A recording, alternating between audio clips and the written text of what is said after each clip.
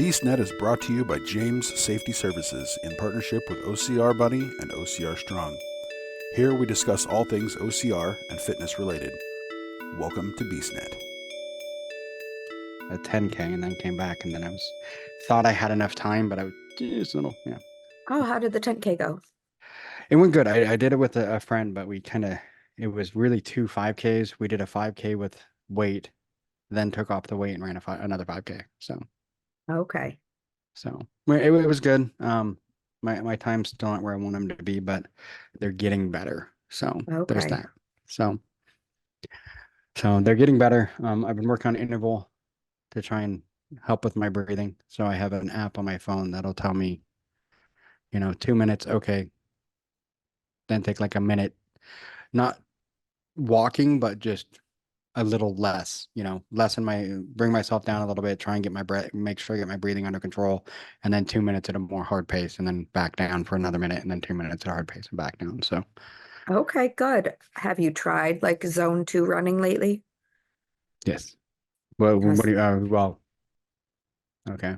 Really, when I go to when I do the 2 to 1, when I get to 1, that's like zone 2. Okay, then- but no straight zone 2.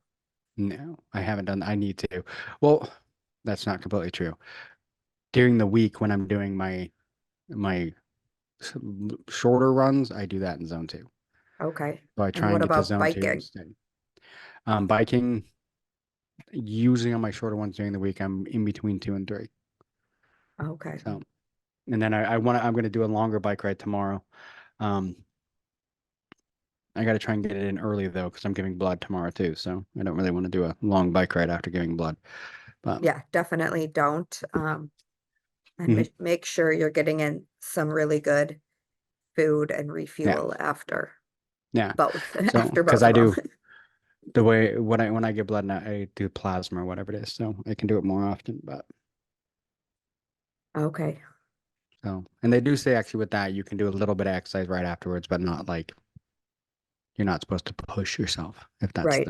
the way they say it. So just trying to, because I know I've got a little over a month before the Ironman. So Oh, that's yeah, exciting. see? Yeah. Well, and the bad part is I was thinking about, because we've talked about this before, you have to have that A race. Yeah. And I'm like, the Ironman's supposed to be my A race. But then I'm like, but really I have big event races almost every month until July. Right. Because I'm helping More Heart Than Scars next weekend at the Houston Spartan, but I'm not gonna push. It's just gonna be a nice, easy, help them get everything through. And then a month later I do the Ironman in Galveston. And then I'm supposed to go again with More Heart Than Scars to Fayetteville and do the ultra with Oh, you're doing Marla. the ultra. Yeah, so Okay. it's supposed to be, because in Dallas with Marla we didn't make it. We didn't make the ultra. So Fayetteville's our revenge. So we're going for it again, and doing the ultra Okay. with Marla. And then that's May. June is Sisu, which is the 24 hours and get as many loops as you can. And then July is Ragnar, Mhm. which my team just decided that trying to find the second van is too difficult. So we're just gonna forget the second van. Oh, that'll be fun. So I'm like, wait a minute. So we just went from like 20 miles a piece to 40? Yeah. Okay. So, Okay. and I want a very Why not specific, just do the ultra? that's pretty much Ragnar what it is. Ultra. Yeah. Yeah, that's pretty much what it is. We're just going to do an ultra. We're just going to, instead of 12 runners, we're going to do 6, and we're going to do the whole thing You with do know 6. they have like the Ragnar Ultra instead. You might as well just bump it up. That's pretty much what we're buying. He's going to, yeah, I'm the captain, but yeah, we're doing the ultra. So we are doing the ultra. Okay. It's Okay. going to Because be, I think I've never actually run a Ragnar, but isn't it that with the Ragnar Ultra relay, you just have less runners? yeah, that's exactly Okay. it. So instead of the 12, you do it with 6. And that's what we're doing. So we're doing the Ragnar ultra. And I want a very Well, specific like leg that is it's gonna suck, because it means that I have to do all the ones I did last year as well. And the ones last year were just hill after hill after hill. oh, So, but there's one race where there's a bridge in Washington, that's the Deception Pass Bridge. It's this huge long bridge that's way up there. And you get to run across it if you do a very specific leg. And Okay. I've wanted to do that because you run across it, it's like 3 a.m. Oh, okay. and you're running across this bridge. So, yeah, that's kind of how somehow my schedule just went from a little bit to way too much. But Okay. so, because I was thinking about it, I'm like, oh, after Ironman, I can take like a small break and kind of no, it's going to be pretty much, I'm going to have to start training for, I mean, it's ultra for Spartan, but I mean, it's with a wheelchair, so it's going to be brutal. So I'm going to have to keep up the training because then, like I said, then in June, I got the big one, then July, and Yeah. I'm thinking about possibly doing the Waco Ironman in October, but actually, it might be in September, one of those two. So, yeah, I've never been that bright. We know. I know the look you're giving me. It's okay. I have conversations with clients and friends almost every single day saying like, why is X, Y, and Z A races and why are you doing this to yourself and what are you hoping to get out of it? And hey, if you put a little more thought into your schedule, you could like peak for the races that should be your A races. Yeah. While I'm not saying that, the Ironman should, by all accounts, be your A race. But yeah, some of those other races, at least you'll be trained for them. Yeah. Um, but Well, and yeah, I think pretty much what it is, I'm just going to kind of keep up the pace of training that I have been because I feel like doing the bike and the running because I mean, they're using the same the same body parts but different muscle groups. yeah. So by doing that and then throwing in a little bit of weight and some weight training in there, out in the garage, the endurance and everything else that I'm gonna get from doing that is gonna help me on all of them. Okay. At least I think, but then it's also I need to make sure I get the running because after the Ironman I don't have any more bike, but it's still good to keep the training on the bike going. Right. Definitely. It's good, at least for cross training, Yeah, at the very least. and And cardio, and then with how you struggle still with like heart rate control and breathing, you can definitely get some like different kind of workouts specifically on the bike to yeah, help build your aerobic base. yeah, and that's what I've been working on. I know it sounds weird, but I've got like the VR, and I've been doing some like the hit workouts on the VR, but it has been very helpful with my cardio Good. because it keeps everything going. And um, I put on basically the ankle weights on my arms to get a little bit of extra in there, and Mm. then have been going out to the garage and doing some a little bit of weight workouts, just more the normal workouts but with weight. Okay, good. Yeah. So push-ups, I've been working on sandbag burpees with about a 40-pound sandbag, stuff like that, and just trying to get the muscle build as well to go along with the cardio. Because that's where I Awesome. feel I get a lot of my cardio issues is when I have to do something besides run. Sorry, I've been dealing with a cough for the past couple So of days, hopefully partially why I'm sipping on tea right now. that doesn't last. So Yeah, no, that's been real fun, especially like during my runs, because, Mother Nature can't make up her mind and brought Boston 50-degree weather for a couple days. I ran outside in a t-shirt, and then 2 days later, it was, in the 20s, um, with horrendous wind. And suddenly my body was like, oh, I hate you right now. yeah. So the cough See, came about. Texas has been the opposite. It was about 50, and then today it's 75. So Like, that my thought is like Mother Nature, you tried. mhm. We gave you the time to have a winter. You never came. Yeah. So now we don't need you to try anymore. Let's just get on Yeah. to spring.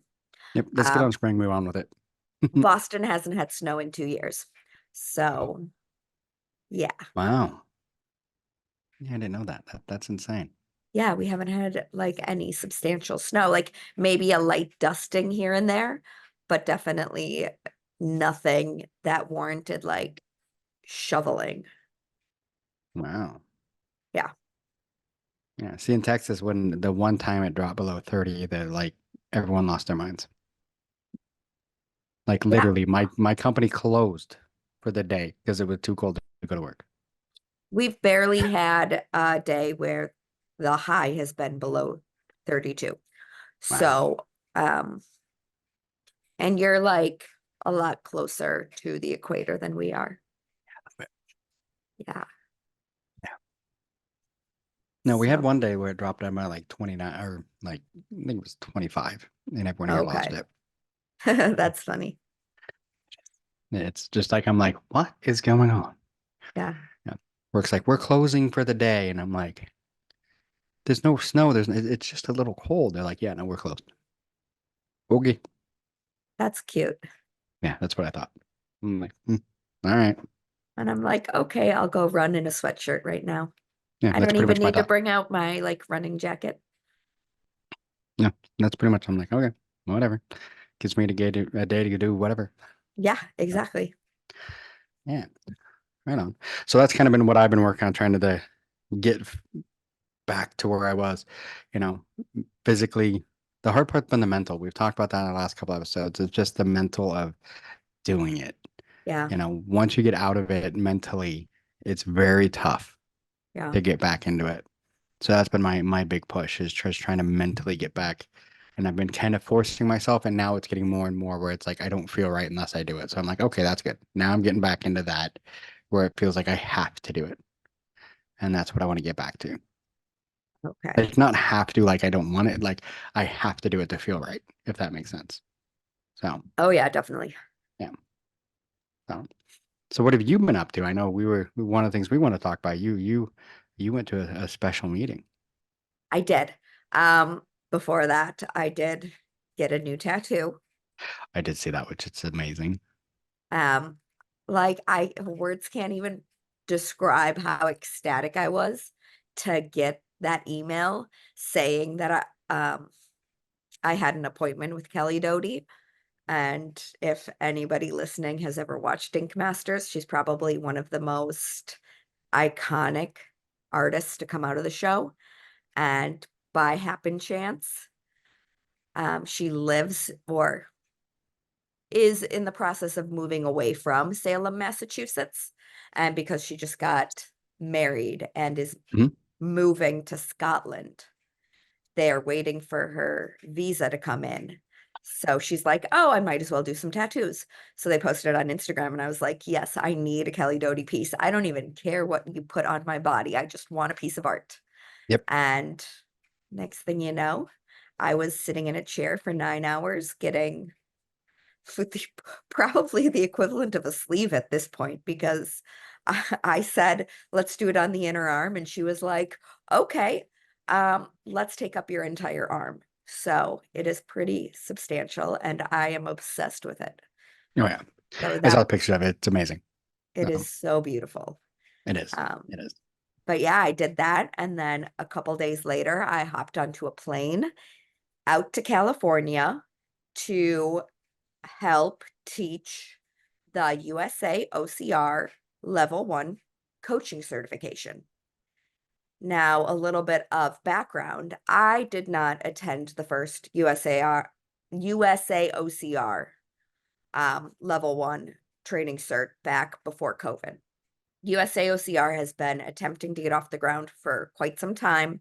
Mhm. I remember I was brought on to the athletes committee like the beginning of 2020 before the world shut down. So, they were really ramping up, and then COVID hit, and it's like, well, we can't really do anything with it right now. So, cut to the last probably year and a half, it's picked up some serious steam now.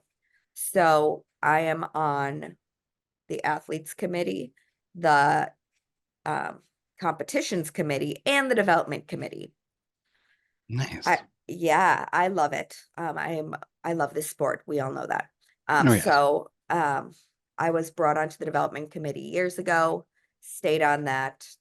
Then they asked me to join the competitions committee. I'm like, of course. And then Russ, OCR buddy Russ, said, hey, Megan, I would love your help on the athletes committee. And I said, sure. So here I am. But with the development committee, The other 3 members were at the level 1 certification a few years back. And now we revamped the level 1 cert, and they said, Megan, we would love for you to build a section where we talk about training for obstacles specifically. And now I don't want to say any incorrect information, but from my understanding, it sounds like there hasn't been a obstacle course racing certification that has actually touched on training for obstacles specifically. Yeah. So, they talk about the strength training, they talk about the running training. But our goal, or my goal specifically, was to come in and show the participants how to start shifting their mindset to think, how can we start thinking about training specifically for obstacles? And in particular, not everybody has obstacles to train on. So yeah, we can all say, hey, go find some monkey bars at your local park or your school, or, hopefully there's an obstacle gym somewhere nearby. But if a coach doesn't work at an obstacle gym, we don't want to discriminate against them and be like, oh no, we're only gonna cater to like the obstacle gyms, or somebody who has specific equipment. We want every single coach to be able to come into our certification and leave saying, I know how to train a layperson to get them ready for obstacles, regardless of what obstacles they may or may not have access to. So that was really my focus with the certification. Well, and we've talked about it before, where you've talked about that a lot of time when training for an obstacle, it's not specifically training for that obstacle. You're training muscle groups and muscles to do specific things that will work on multiple obstacles. Yes. And that is one of the biggest takeaways I wanted to make sure to address, that we aren't training one specific technique, that we want to hit as many different areas as possible with specific exercises. So there's a saying in pretty much every single avenue in life. We've all heard it: KISS, keep it simple, stupid. Mhm. It's always, simplify everything as much as possible. Train smarter, not harder. If we can find, 3 exercises that hit multiple different things in one go versus, 10 exercises that hit on one specific thing each, you want to do those 3 exercises over those 10. It maximizes your time. It's going to give you the ultimate benefits. So with the basic foundation of obstacle course racing, we talked about this thing called proprioception. And if you're not really, if you haven't gone through full, fitness education or, human body education, you might not be aware of what this word proprioception means. A lot of people hear it and say, oh, it's balance training. Well, proprioception actually means your body awareness as it moves through space. So your body's ability to tell where it is as it's moving. And that is the biggest factor when it comes to obstacle course race training. If you're hanging on a monkey bar, you want your body to be able to say, I need to move forward. I have to get my body moving forward, and I have to get that body moving in some way, shape, or form. And if you hang from a monkey bar and say, I can't go anywhere, well, that's your proprioception saying, I don't know how to move through space. And, so proprioception is this big factor that, allows us to do pretty much everything in life. It's how we sit, how we stand, how we physically move. we need to be able to have that awareness of what we are doing at any given point. Well, we ultimately, as we're going through obstacles, the biggest determining factor in our proprioception is our body's center of gravity. So how we can keep our body tight, so then as we're moving, we're not like flailing our arms, our legs, or, we are physically resisting gravity. The tighter your center of gravity is, the more you can move it without feeling like you're just going to drop. Because that center of gravity quite literally means the line of pull from gravity. So if your center of gravity is in a lot tighter to the midsection of your body, then it's less likely that you're going to just drop off of something.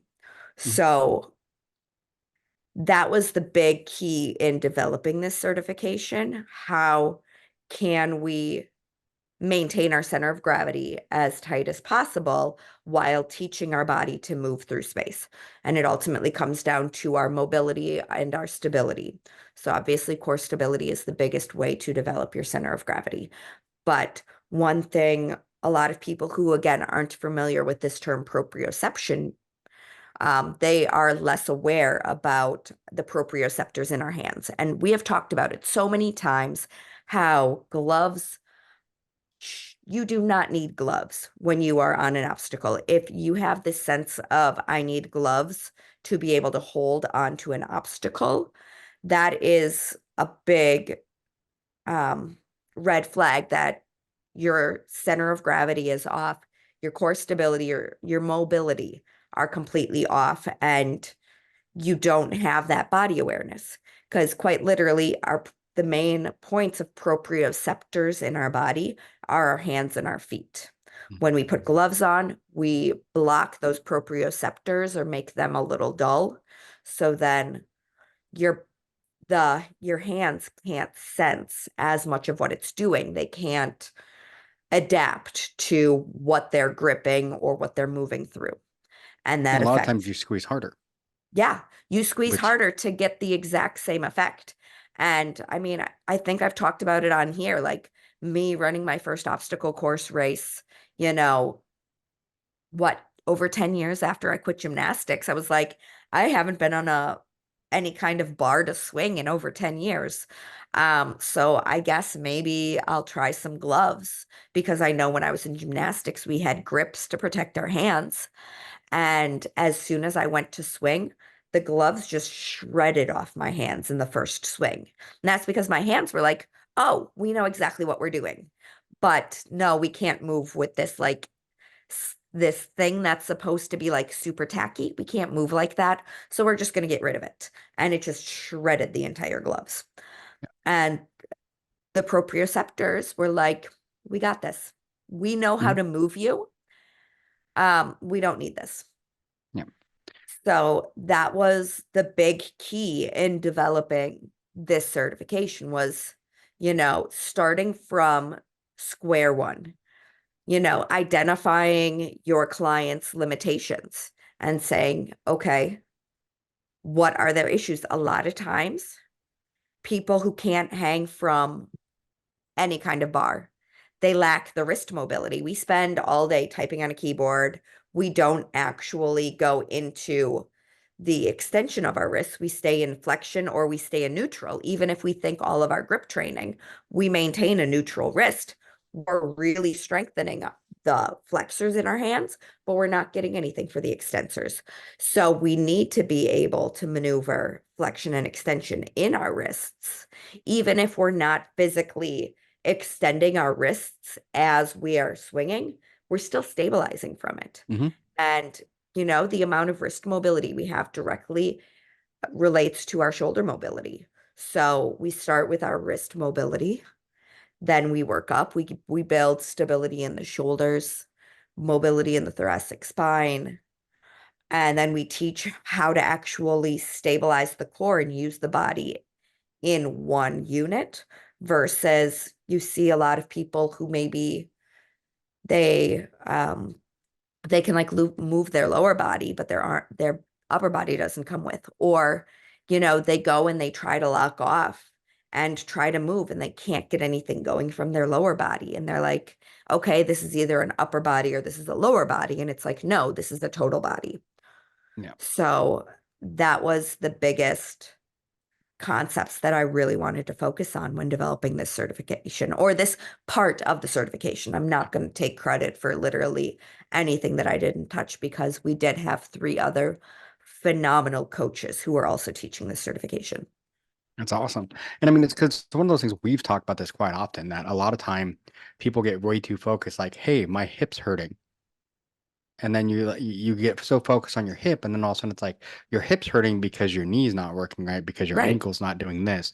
It's all one big piece. And then also, hey, that problem that you're having with your back is also because of this same thing.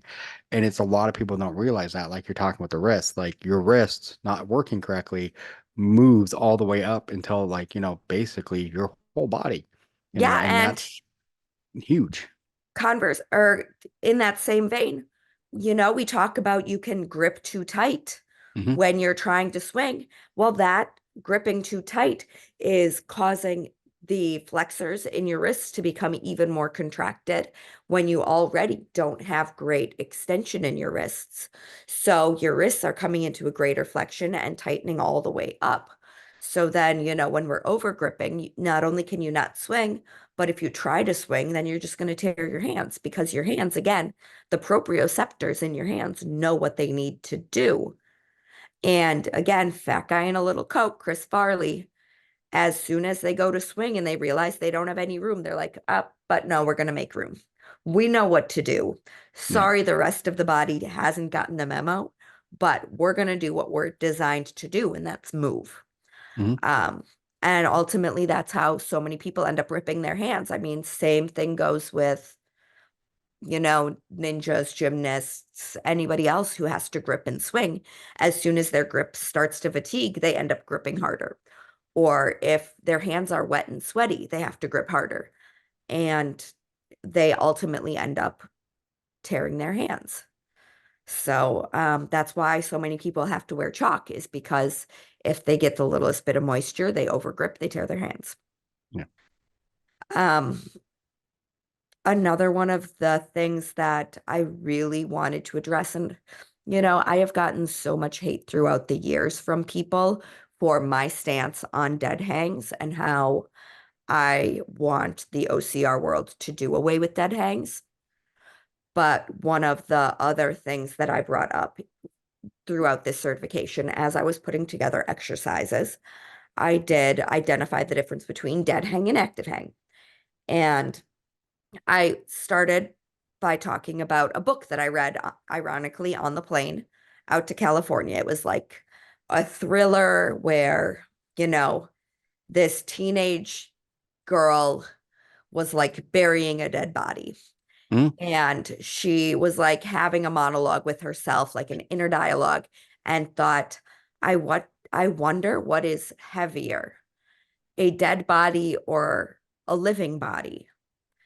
And I mentioned this to the class, and then I said, okay, now I want every single one of you to go up and dead hang. And of course, they're all fitness professionals. They got up. It took some people a while to dead hang, and it's like they were just hanging there. And I said, okay, you guys can come down now. Like, now, how many of you can truthfully say that you were dead hanging?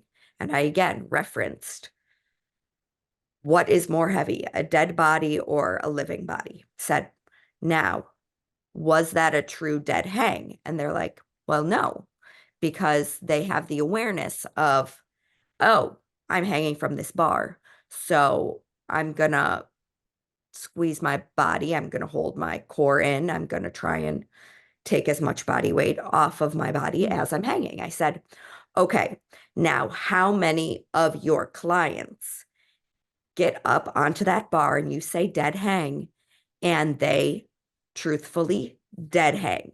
They don't know how to actually contract their core to take weight off. Is a dead hang truthfully safe for those clients? Most likely It's going to be only for the sole fact that our body will not push itself past the point of pain in a body weight exercise unless you've physically turned off that pain mechanism.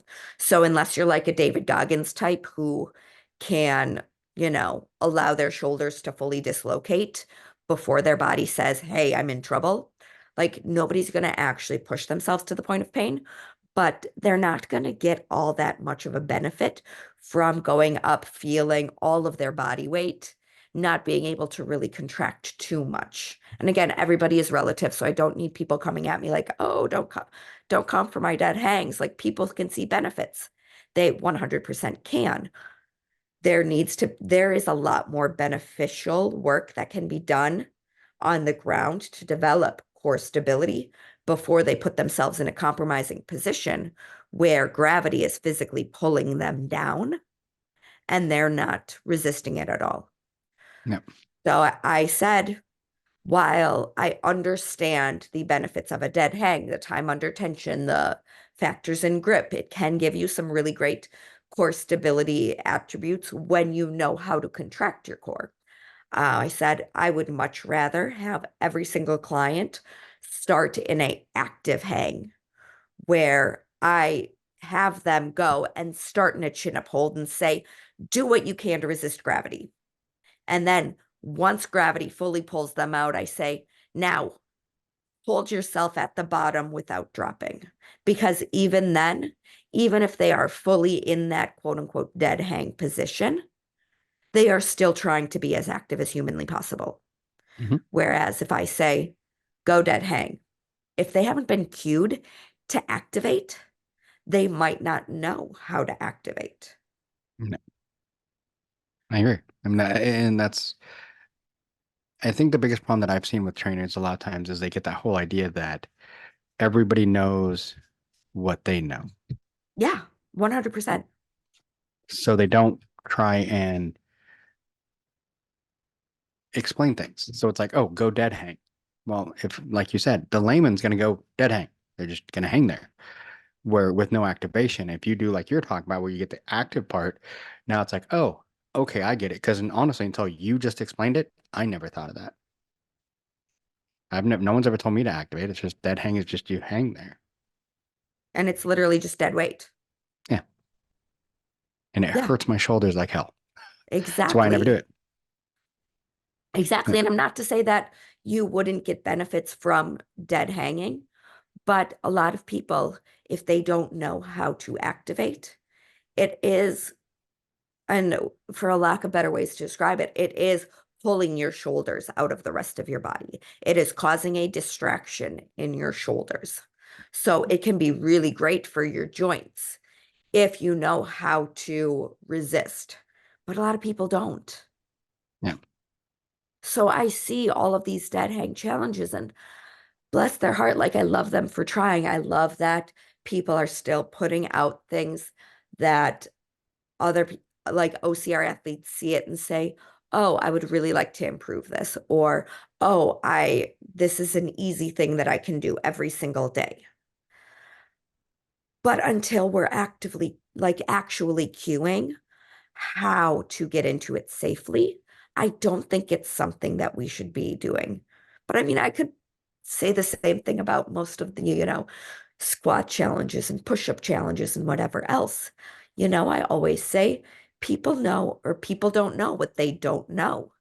And I, as a coach, will try to pick my clients' brains and ask questions and find ways to phrase things so I can really get an understanding of what they do know. But if I'm just posting something on social media, unless they're asking me questions, I can't just assume that they know exactly what I'm talking about.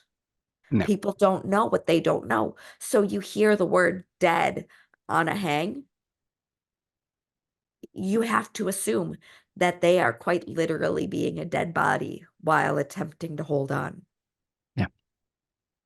And for me, it's one of those things, I mean, and most people know, one of my biggest issues that I've had, especially when I was, at my biggest, my right shoulder will dislocate. Mm-hmm. So, and that's why I'm one of those ones that was like, oh, let's do a dead hang. I'm like, no, if I hang dead like that and put all my weight, it's all on my shoulder, and that shoulder is going to come out. And it Yeah. doesn't feel good to put it back in. So, No. no, And it's really not good for your no, it's shoulder not. It's not. because, you have the labrum and all those muscles and Well, that's one of the things I was taught when I did the first aid. I'm like, I'm horrible about this. I've done it. I popped my shoulder back in and just kept going. In fact, one of the Spartan races, it dislocated 3 times and I put it back in and just kept going. Yeah, it wasn't good. That was the last one I did at 310 pounds. But I'm like, it's bad because you have everything in there. You have every time it dislocates, you're stretching, you're tearing, you're doing something to the muscles and the tendons and the leg, everything in that shoulder. And then you put it back in and you're not giving it time to heal. yeah, And then who knows what you're going to pinch when you put it back. So, because I've done that exactly. one. Well, that's So, why you and should go to the hospital and have them yes, reduce it. you really should. You should go to the hospital. Anytime you dislocate it, go to the hospital. I tell everyone that I'm horrible about it. And luckily I haven't had mine pop out of socket in like 3 years. So Yeah, I was trained on how to reduce it, and the opportunities I've gotten to reduce it, I'm like, no, you're going to go to the hospital because even though I know how to put it back, you have so much vascular stuff in there. If anything, nerves or mhm. arteries, veins, if those get caught in the capsule as I reduce it, you're in for a world of trouble. I would much rather have a doctor go in and do it, and they can x-ray and they can see what all is going on if need be. If something is pinching, they can catch it right away and they can do what they got to do. Yeah, and that's one of the big things too that you point out. Like doctors can look at it, do X-rays, because that's one thing. Once I really like, I'm afraid to go to the doctor and say, hey, my shoulder needs a, I'm afraid to see what an MRI is going to show because I won't even mention how many times I've dislocated that shoulder and put it back. Oof, oof, So, your labrum's probably shot. oh, it's probably, I can almost guarantee at this point I'm gonna have to have surgery eventually. It all started, I did it in my 20s. So, Yikes. but but at that time I went to the hospital the very first time I dislocated, but they're like, oh yeah, it'll happen again. I'm like, awesome. So, but yeah. But then I've just tried to strengthen up, and that was one of the big things when I was running and everything else, was strengthening up this arm so that I wouldn't, my shoulder muscles, Hmm. everything else to help hold it in place so that I wouldn't have that problem. Plus, when you're not 310 pounds, it's not as much on your shoulder either. Yeah, definitely. Do you like the BeastNet? Do you want to keep hearing it? Be sure to follow us on Facebook, Twitter, Instagram, and more at BeastNetPod. No, which is one of those things as a coach too. I mean, there's so many times you get coaches that get these crazy ideas of stuff like that. Like, oh, you popped your shoulder, let me fix it. No, go to the hospital, Right. and like you said, they don't know what they don't know. I mean, for me, popping my shoulder back in, I watched so many movies in the 80s where it was just, oh, that happened. You pop it back in, you go back to work. No, Mm-mm. no, No, you can't no, risk it. no, you can't. Because the problem that you run into is, like I said, I did it in my 20s and then it happened over and over again. I never went and got it checked, never did anything. And then all of a sudden it's causing me issues on races where it's just randomly popping out. Hmm. And I'm like, oh, that's awesome. And I've strengthened it and done what I should. But at this point, I'm going to have to go to the doctor and have it checked. Yeah. But Well, I really don't want anybody to come for me after today and their beliefs on dead hanks. That is just my personal opinion on them. And I will also mention that I have my master's in injury prevention and performance enhancement. I am very well versed in biomechanics. So again, you don't know what you don't know. no. Um, And it's one of those things. I mean, like you said, it's your opinion, your very well educated opinion. Um, but I mean, there's so many people that they get stuck on some of these exercises, like, oh, this is what we've always done. This is blah blah blah. Yes, but there's so many exercises. You go back and look and like, I would love to get my hands on. I used to have one. It was like an exercise book from the 60s that my dad had. And half the stuff I'm looking at going, no, that's yeah, not good. No, but it's what was believed at one point. And that's what happens a lot of times. People get this in their head like, oh, this is the exercise. This is what I was taught in high school, that this is what I'm supposed to do. And I'm like, high school was 30 years ago. Yeah. I mean, I have so many clients at this point who train for this stuff. I have seen such better improvements on hanging obstacles from giving them a hollow body rock, switching from a hollow body to an arching position in back, and, a negative pull up, which is quite literally that active hang where gravity just pulls you down and it's that descending phase of the pull up. They have had much better results on hanging obstacles with that than just sitting and trying to dead hang for as long as you can. Because also, if you're dead hanging on an obstacle, where are you going? Nowhere. Nowhere. You should never be straight hanging on an obstacle. I mean, even when OCRWC, I forget what the name of that obstacle was, but in 2017, my first year, they had one where you just kind of came down this little slider you held on, and it had like 3 little bumps to get over. You would slide down and then it would stop. You had to get over this bump, slide down again, stop, and then you had to get over and slide down. Just like in 2018 in the UK, they had a zip line that you held on and slid down. Even there, you have to hold your weight. Mhm. You're not dead hanging. You are trying to stop yourself from falling as gravity is physically pulling you down on this zip line. So you are resisting gravity and momentum. Yeah. Oh, big time. I mean, and it's one of those things. I've done zip lines. I've done stuff like that. You don't dead hang. Yeah, It's like you mentioned, it's the active, like you're engaging your core, you're doing all that. Plus, by doing it by engaging your core, we need the core. yeah. Yeah, It's that's all teaching the center of gravity mhm. to It's hold and the resist. the biggest part. Like how many times I've seen people have issues, and immediately it's like, oh, you fix your core. It's not going to fix everything, but it's going to help you. It's going to give you Yeah, that, like when you build a house, if you don't have a good foundation, it's not going to hold. yeah. Doesn't matter how good everything else is above it, and our core is our foundation. Core stability and then your body mobility. The two Mhm. of them work together. The greater your joints can move, or like, and I don't want to say joint as in like, how your femur sits in the acetabulum and moves. Like, no, how the hip joint as a whole, all of the muscles that work together to move that femur. The more you have in mobility with that, then the better you're going to be able to stabilize, because your body has that much more range of motion for movement. Mobility is your body's ability to move through its joint range of motion, whereas flexibility is how far your body can stretch. We don't care about flexibility anymore. We care about mobility, the active range of motion of a joint while you are like staying functional. Yeah.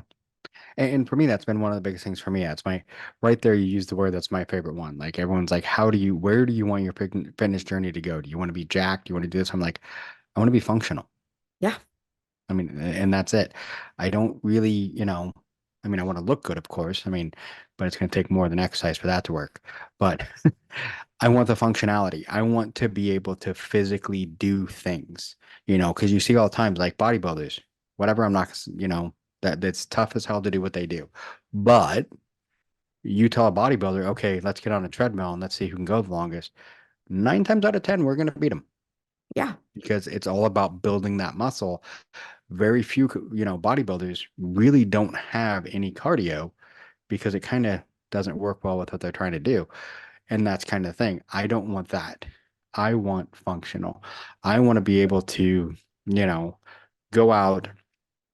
And if you showed up at my house tomorrow and said, hey, let's go for a bike ride. Cool, let's go. Let's go for a run. Let's go. I want to be able to function, you know, and go to do obstacles and function. Yeah. And that's the biggest thing for me. Obstacle course racing is probably the most functional sport there is, because, and I always say, I'm literally just training to beat the zombie apocalypse. Mhm. But like realistically, all you're doing in obstacle course racing is staying functional. You're running, jumping, swinging. carrying things. Like, that's life. You need to be able to overcome whatever is put in your way.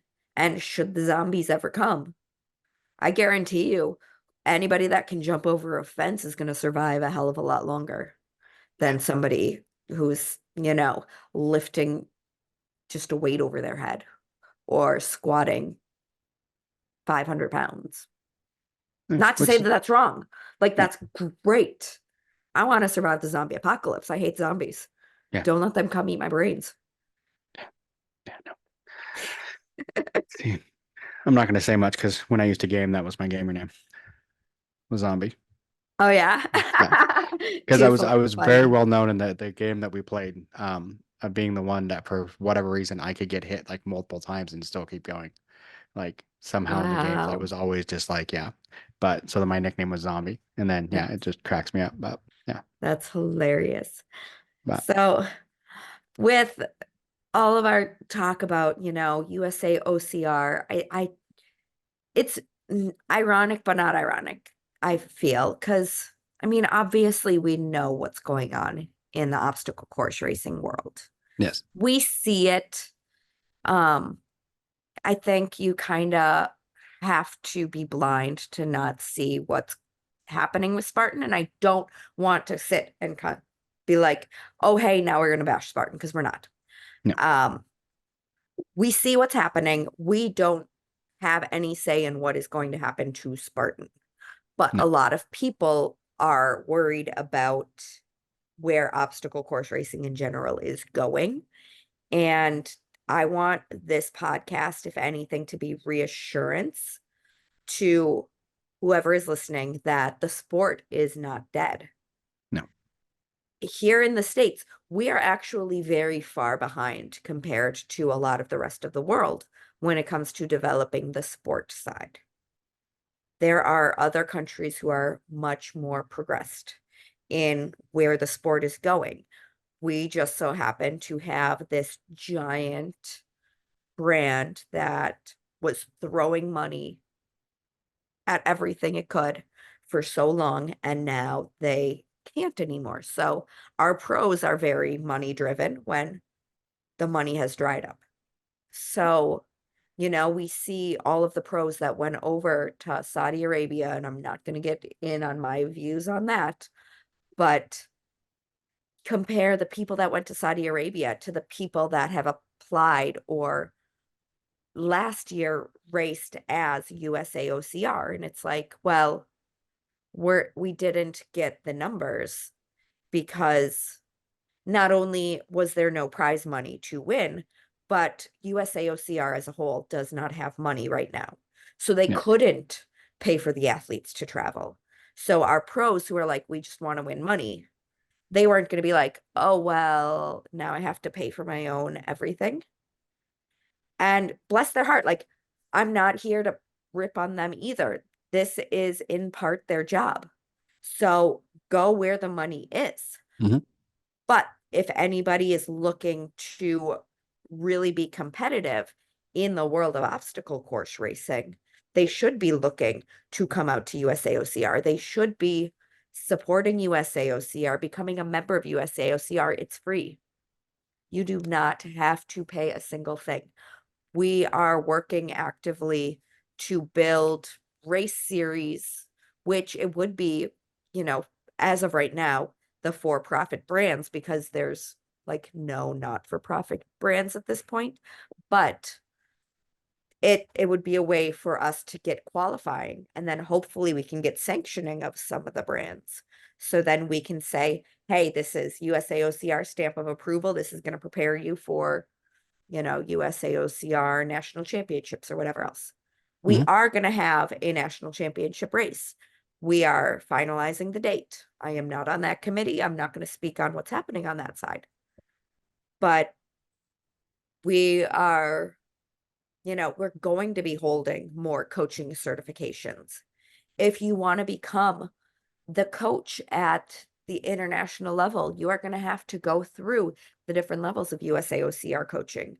Right now, I've reached out to Spartan. I am hopefully going to try and get Spartan to work with us to offer CEUs for like SGX coaches. But I've been through both SGX and through the USAOCR coaching cert. The USAOCR coaching cert is much more obstacle specific than SGX. And I love SGX. I'm not going to knock that. I've been through level 1, level 2, not knocking that. If you want to become an obstacle course racing coach, if you're going to want to coach on the world level or the national level, if you want to just learn more about how to train for obstacles and you're a coach, come take the USAOCR level 1 cert. We're going to build out a level 2, a level 3. We'll let you know when we're up at the top. We are going to build all of that out. And the way to support the growth of this sport is to get involved at USAOCR. Unfortunately, this sport needs to take a step back in terms of, you know, the professional, quote unquote, side of it all. You know, we have to have race brands saying we can't pay out at every single race. What Spartan said it, I think Savage has said it. Tough Mudder has been like, well, we don't know what, you know, if World's Toughest is going to have payments for the year. We just don't know what the payments look like for the sport.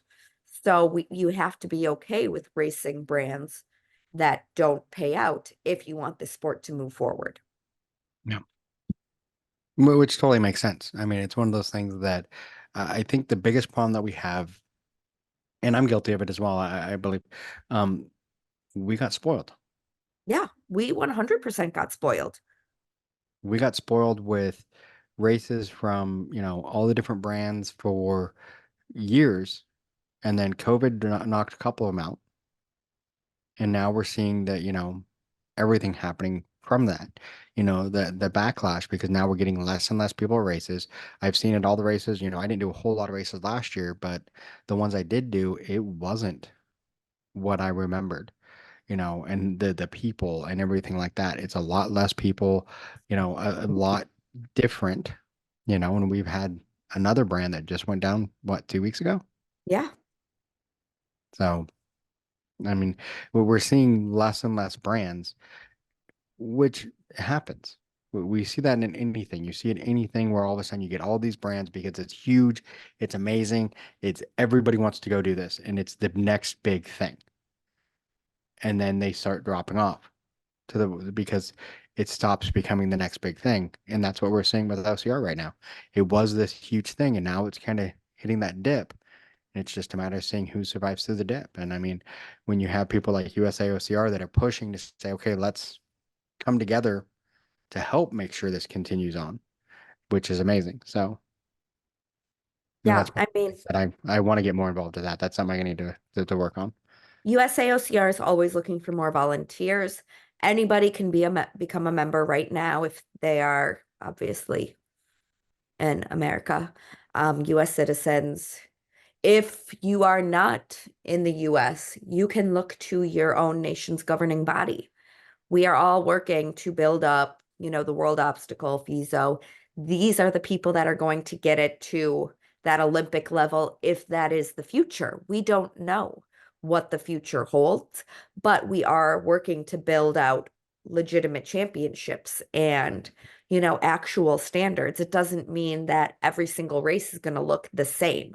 You No. know, we are not going to quote unquote standardize in the sense of, oh, the sprint is 3 miles or 5K. The super is 10K. The beast is 21K. It's going to be, you know, all of these races can have their own individuality. You don't need to all be mandatory completion or all be penalties or, you know, your way is correct and the other way is wrong. But we are going to find ways to say, hey, yeah, you meet the criteria of like safety, officiating, medical, like the bare bones basic, like your timing is accurate. You are going through a proper timing service. You have insurance. And through that, that is going to then get that USAOCR stamp of approval to then be able to qualify you to go on and race at the world level. Yeah. Because unfortunately, right now, we don't have that here in the US. And, people are just kind of saying, well, Spartan doesn't come to my area, so what can I do now? Well, we all know, go to OCR Buddy and take a look. But also, if you want the most competitive of races, or if you want something that's set to a specific standard, we are building that. We are going to get that. But we're still young. Patience, come join us. Stay up to date on what USAOCR is doing, and in time, we can build and build and build. Yeah.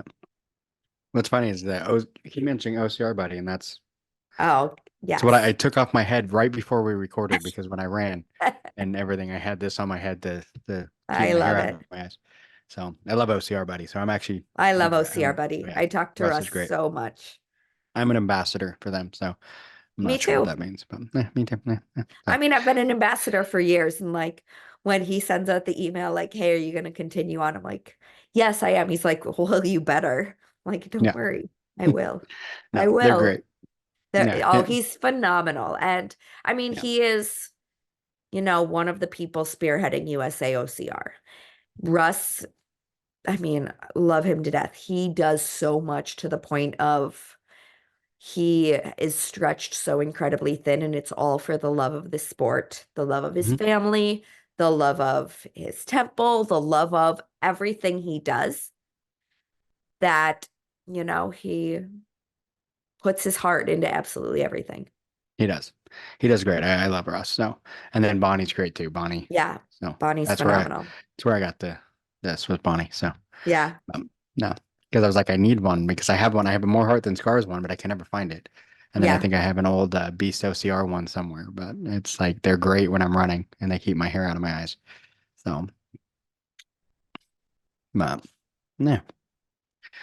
So that's awesome. I mean, the OCR USA is it's the future. And I mean, I think people really need to understand that. Like for all of you out there, and I see it constantly on Facebook, and I'm like I said, I'm guilty of this too, complaining about what's happening in OCR and all that. Stop complaining. Go to, I mean, keep complaining if you want to, whatever. But go to OCR USA and like try to do something. Yeah, Do I'll be something the about it. first to admit I will call Spartan out anytime I am not happy about something, to the Mhm. point that I'm sure they hate me at this point. But it's Yeah. like I tell it like it is. I'm telling you what I'm seeing, I'm telling you what I'm hearing. Like the community isn't happy. But like, and I've been accused of just sitting and complaining. I'm not complaining. I'm literally bringing you the complaints of people, and then Hmm. I'm going and I'm trying to do something of it. I Yeah. say, hey, what are we doing for the SGX coaches? How are we building the SGX coaches more? But also, here we have this certification, and it would be awesome if you could approve it for CEUs for SGX coaches, because it is going to be a great thing to bridge the gap from like your SGX certification to your obstacle specialist certifications. And it's giving you a whole nother level of training specifically. And then also, like, wouldn't it be amazing to see, the USAOCR head coach, you list who they are and it says, CSCS and SGX in their credentials. Like Yeah. Spartan should want that. So like here, I am bringing that to you. Let us approve it. Let's work together on this. They say Spartan wants to get us to the Olympics. Here, Spartan, here it is. We just need you to like approve. Yeah. And Help us help you.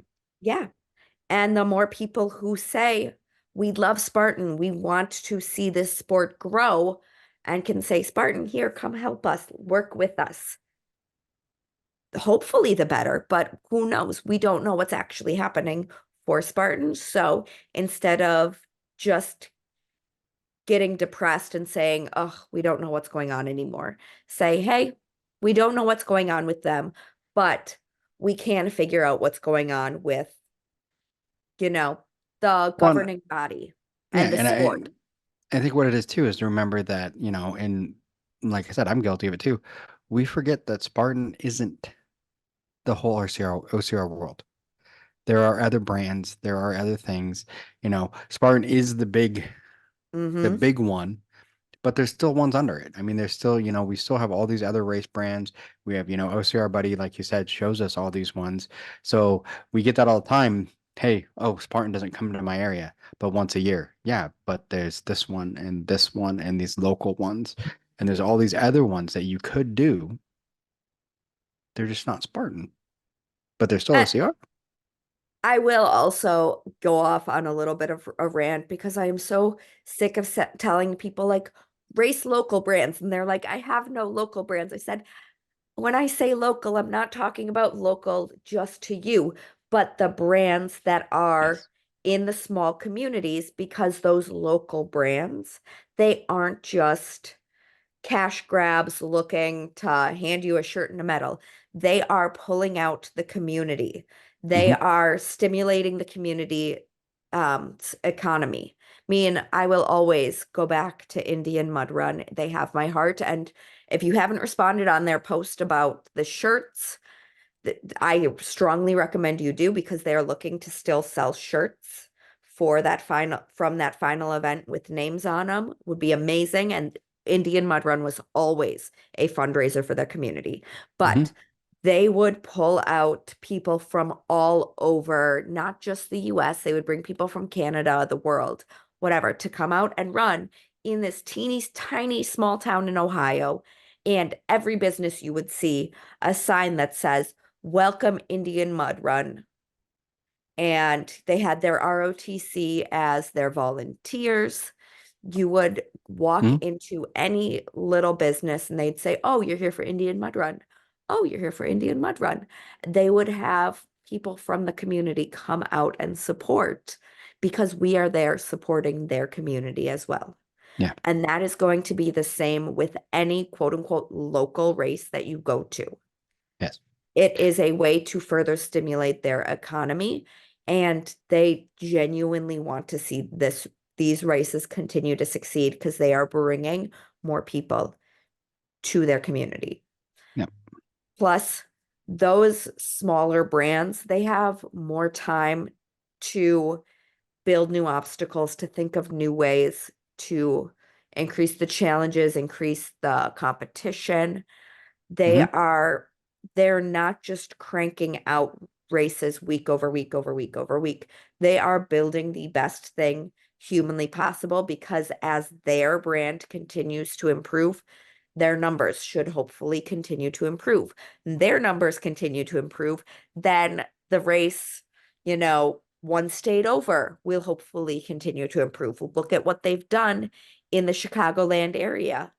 All of those races, the Abominables, the Highlander Assaults, the Frontlines, hell, the War X, the Midwest OCR, Hmm. insert what there's like mythic race out there in Missouri. They are not the same company, but they all go to every other race. They put up their tents, they advertise about their race at these other races because they know they are all one community, even Hmm. if, the money at Highlander isn't also going to Abominable. It doesn't matter. If they can get the Abominable racers out to Highlander and the Highlander racers out to Frontline, then as a whole, they are all going to survive. Yeah, it builds the community, like you said. And I mean, that's one thing I think a lot of people miss when we do say that, race local, race local. We're not messing, I'm not necessarily saying, oh, I'm only going to race in Houston, Yeah. and I'm only going to race near me within, a couple hours. No, that means your local races, like, going to, in fact, I just had Frontline on, and talk to them about theirs, going to those races out in the middle, in supporting, because like you said, Indian Mud Run, a lot of those, they support something, you know, usually they do some kind of charity stuff like that, and help their community. And even if they're not, just bringing people into the community helps the community. Oh, yeah. I mean, I'm good friends with Rob McCoy from Fit Challenge, and he's still doing trail races, but he would take personal days from work specifically to have a Fit Challenge, community cleanup, or he would take X amount from his profits and he would bring Toys for Tots, or he would do something for the schools in Cumberland or whatever else. He doesn't live in Cumberland, but he was like, Cumberland Park and Rec allow me to use these beautiful parks. I am going to give back. I am going to bring racers out, and we are going to have a park community cleanup day. And, you know, there is so much stuff behind the scenes with all of these brands that people don't actually know. And it's just to continue to preserve that relationship with their community. Yeah. You know, so many brands, they will call up to the local hotels and be like, hey, can we get a deal for our racers? Or, you know, we would love to have you sponsor, but like we would also love to just be able to feature your brand. So when people come in, they come to you for pizza or, you know, whatever else. Oh yeah. And that's a big thing. I mean, when you have a lot of times, I mean, and I've done it when I've gone to a local race, something like that, and all of a sudden you see the sponsor like, I want to go get something to eat afterwards. Hey, and you see it and like, oh, where's that at? Yeah. Because it's a sponsor of the race. Like, I kind of want tacos. They got tacos. Let's go. Rather than, other times where I don't see stuff like that, you just pull out and find the closest first thing you see. Right. I tell people every time I travel, the best thing I love to do is just walk up to any random person and be like, hey, where is the best place for a breakfast sandwich? Where is the best coffee? Where is the best pizza? And actually ask the locals where the best everything is. Cause like, middle class fancy, I don't care. Like I don't want to go to the Olive Gardens. I don't want to go to the Applebee's. Like, Yeah. I want to support the mom and pops. Like, I tell people that, living in Boston, my dream is to have every so often have a live like, or have a tourist day where I put on my obnoxious Boston gear, go to the Common. Yeah, I'll ask people, how do you get to Fenway Park? How do where is the tea? Where can I go for this? But I want to ask them, okay, what is the best food? I'm going over to Fenway. What should I eat while I'm there? Yeah. And see what people say. Because I guarantee you, everybody's going to give you a different answer, and you're going to discover new everything if you just talk to people. I get nobody is going to sit here and be like, oh, well, there's an Applebee's 2 blocks away. They're going to say, hey, you want some good pasta before your race? Go over to this Italian place. Yeah. Yeah. Which is how it should be. I mean, it's amazing if you just talk to the people. So, but we are getting close to that. I I think know. we I actually told you I passed it. would go on a tangent. Oh, that's okay. Oh, I could rant about that stuff all day. And again, I don't want people coming for me because Yeah. I dislike dead hangs or, oh my gosh, I insinuate anything about Spartan, whatever else. I love Spartan. I love everything about this sport, and I only want to see it continue to get better. Yeah. And I agree. I mean, and that's the way it is. And that's one thing, you know how it is here. This is a safe space. You can say what you want. So nobody go after Megan. I mean, we can say it's a safe We can space, say but it's a safe space, but it does social go out media can online be and social ugly. media. It does get ugly. It does. It does. So, all right. Well, as usual, it's amazing talking to you. Oh, it was so great. I will have to talk to you soon before I do my Ironman to Yes, see where I'm at. I want to talk before the Ironman. We'll talk before the Ironman. It's going to be, what's really funny is every time I've done an Ironman before, what worried me was the swim. This Mm-hmm. time I have no worry about the swim. I'm like, whatever, the swim's whatever. But because I swim constantly now, I need to go out and get some open waters, but I swim constantly and I feel comfortable in the water. I feel like the swim's going to be comfortable. I'm more worried about the other two at this point. And I'm like, Okay. this is the first time I've been worried about the bike and the run. And the bike, I'm actually getting more comfortable because I got the trainer. I've been using it, more and more, getting more and more longer rides. But I think not last weekend because last weekend I was on a cruise doing things I shouldn't have been, but that I should have been doing for training. But my wife bought the drink package. I had to make it worth it. But But I've been using the bike, I think 2 weekends ago I did 28 miles on the trainer and just, going.